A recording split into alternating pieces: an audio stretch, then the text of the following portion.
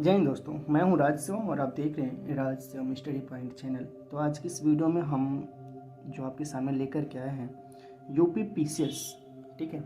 इसमें जितने भी आपको क्वेश्चंस मिलेंगे वो सभी यूपी पीसीएस के क्वेश्चंस मिलेंगे आपको।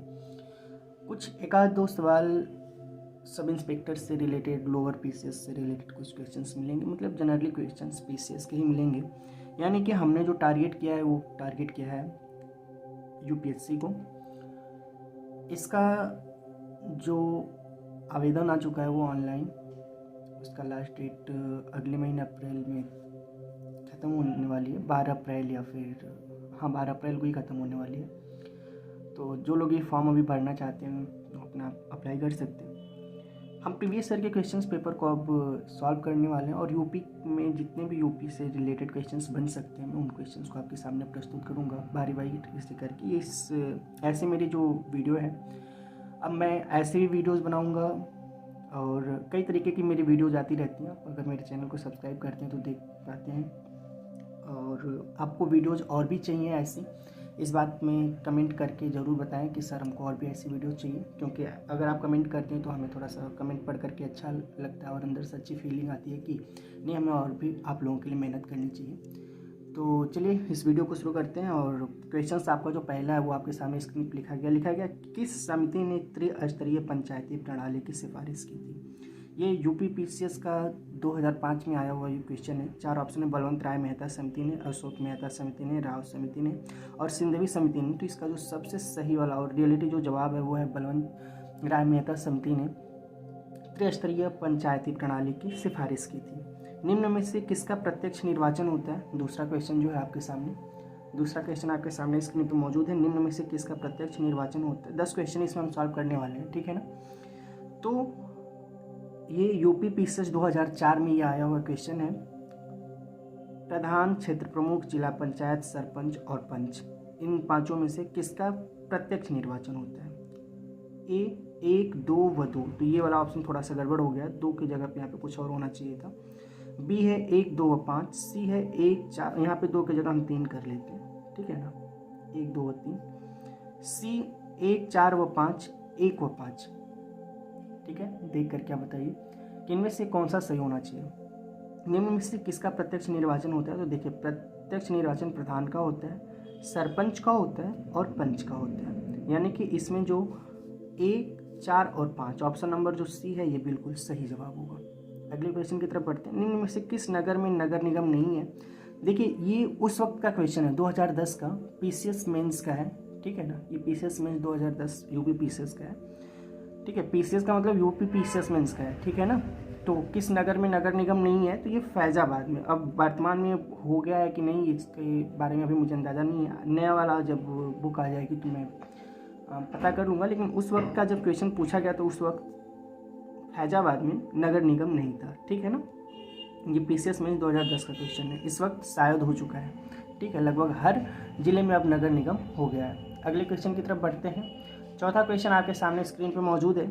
उत्तरांचल गठन के बाद उत्तर प्रदेश में कितने विधानसभा क्षेत्र शेष बचे हैं? उत्तरांचल गठन के बाद, उत्तरांचल का जब गठन हुआ तो उत्तर प्रदेश में कितने विधानसभा क्षेत्र शेष बचे हुए हैं? यूपी पीसीएस ये 2002 का क्वेश्चन है। ऑप्शन ए है 401, 202, 403 और 404। तो इसका जो सबसे सटीक जवाब है वो है 403, ठीक है। उत्तरांचल गठन के बाद उत्तर प्रदेश में कितने विधानसभा क्षेत्र शेष बचे हैं? 403। ग्राम पंचायतों के गठन से कौन सा अनुच्छेद संबंधित है?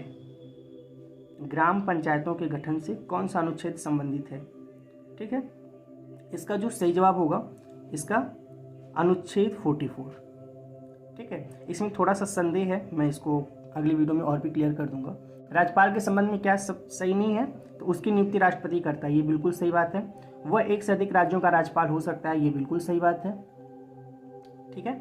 वो 5 वर्ष तक पद धारण करता है, ये भी बात सही है। राज्य व्यवस्थापिका द्वारा हटाया जा सकता, तो राज्य व्यवस्थापिका द्वारा इसको हटाया नहीं जा सकता, इस पर महाभियोग लगा करके आप हटा सकते हैं इसे।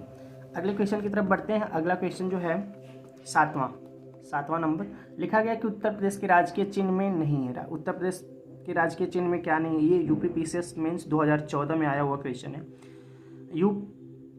उत्तर प्रदेश में मछलियाँ, धनुष, तीर और मोर, तो जो मोर है ये नहीं है, ठीक है ना। अब देखिए, अगले क्वेश्चन की तरफ बढ़ते हैं। अगला क्वेश्चन जो लिखा गया है कि सूची 1 व 2 को सुमेलित कर कूट से सही उत्तर चुने। जनपद का नाम है, ये 4 जनपद हैं और ये उनके मुख्यालय हैं। ये PCS प्री 2011 में आया हुआ ये क्वेश्चन है, ठीक है। तो बताना इनको देख करके कि किस जिले का मुख्यालय कहाँ है। जैसे हम जालौन का देख रहे हैं, तो जालौन का मुख्यालय कहाँ है, यहाँ पे उरई में। जालौन का मुख्यालय कहाँ है, उरई में, तो ए का चौथे में लग जाएगा। कानपुर देहात, जो कानपुर देहात है इसका मुख्यालय अकबरपुर है, ठीक है, तो ये हो जाएगा। संत रविदास नगर का आप देखेंगे तो ये है भदोही में, और कुशीनगर का पडरौना में है। तो ए का 4, तो देखिए इसमें ए या बी इन्हीं दोनों में से कोई सही है। बी का जो है वो अकबरपुर, तो बी का ए। सी का दूसरा भदोही है और डी का 30, यानी इसमें जो ऑप्शन नंबर ए है ये बिल्कुल सही जवाब है। अगले क्वेश्चन की तरफ बढ़ते हैं। अगला क्वेश्चन आपके सामने जो मौजूद है स्क्रीन पे, वो लिखा गया है कि उत्तर प्रदेश का राजकीय फूल क्या है। उत्तर प्रदेश का राजकीय फूल क्या है, ये PCS मुख्य परीक्षा में आया। PCS मुख्य परीक्षा यानी मेंस में आया है 2016 के। उत्तर प्रदेश का राजकीय फूल टेंसू। टेंसू ये पलाश भी इसको कहीं कहीं लिखा जाता है। पलाश के जो फूल होता है ना, पलाश, ठीक है ना, पलाश बता रहा हूँ, पलाश याद कर लीजिए, पलाश या फिर टेंसू। उत्तर प्रदेश का राजकीय फूल PCS मेंस में आया हुआ 2016 का क्वेश्चन, टेंसू, ठीक है ना। गुलाब, नीलकमल और चंपा, ये 4 ऑप्शन दिया गया है, लेकिन इसमें जो टेंसू वाला है वो बिल्कुल सही जवाब होगा। लिखा गया है कि राज्यपाल संबंधी निम्न कथनों में से सही का चुनाव करें। ये लोअर PCS में, ये 1998 का क्वेश्चन है, ठीक है ना। इस क्वेश्चन को आप ध्यान से देखिए। लिखा गया है कि राज्यपाल संबंधी निम्न कथनों में से सही का चुनाव करें। राज्यपाल बनने के लिए उसे जन्म से भारत का नागरिक होना चाहिए।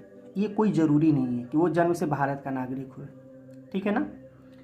उसकी आयु कम से कम 35 वर्ष होनी चाहिए, ये बिल्कुल सही जवाब है। वो कम से कम 35 वर्ष का होगा तभी उसको राज्यपाल चुना जाता है। वो लोकसभा का सदस्य होने की योग्यता रखता हो। देखिए जो राज्यपाल है उसको लोकसभा से क्या लेना देना है, राज्यपाल को लोकसभा से कोई लेना देना नहीं है, तो इससे कोई मतलब नहीं है। वो एकाधिक राज्यों का राज्यपाल हो सकता है, ये बिल्कुल सही बात है। तो इसमें जो 2 और 4 वाला है ऑप्शन नंबर जो डी, ये बिल्कुल सही जवाब होगा, ठीक है। तो इस प्रकार से इन क्वेश्चंस को यहाँ पे कंप्लीट किया जाता है। मिलते हैं अगले वीडियो में कुछ ऐसे ही और भी क्वेश्चंस लेकर के जो कि PCS से ही रिलेटेड होंगे। आपको और भी वीडियो चाहिए तो कमेंट बॉक्स में कमेंट करें। वीडियो कैसी लगी इस बात को भी जरूर बताएं, हौसला बढ़ता है इससे। Thank you, bye bye, enjoy yourself.